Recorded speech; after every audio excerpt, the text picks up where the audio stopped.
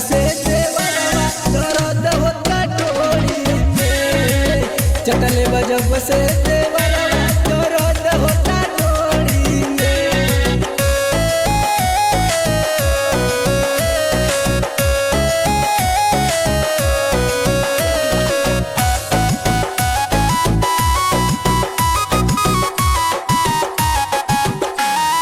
चाटता ढूढ़ी भौजैया के कैसे बताई बोला सैया के।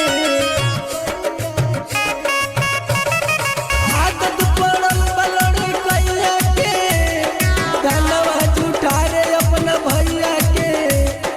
ओही में पिएला दूधवा न पिएला कटोरी में। चटले बजब से देवरवा दर्द होता ढोली में। चटले बजब से देवरवा दर्द होता ढोली में।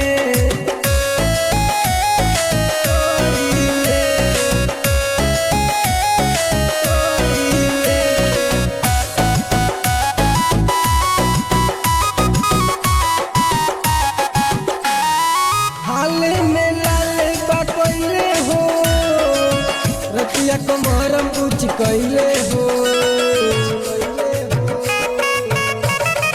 मोहनिस बिया छोड़ी गईले हो मुआना बगलिया फुलैले हो। अजय अमीस के मिले सवाद सखी ओही में। चटले बजब से देवरवा दर्द होता ढोली में। चटले बजब से देवर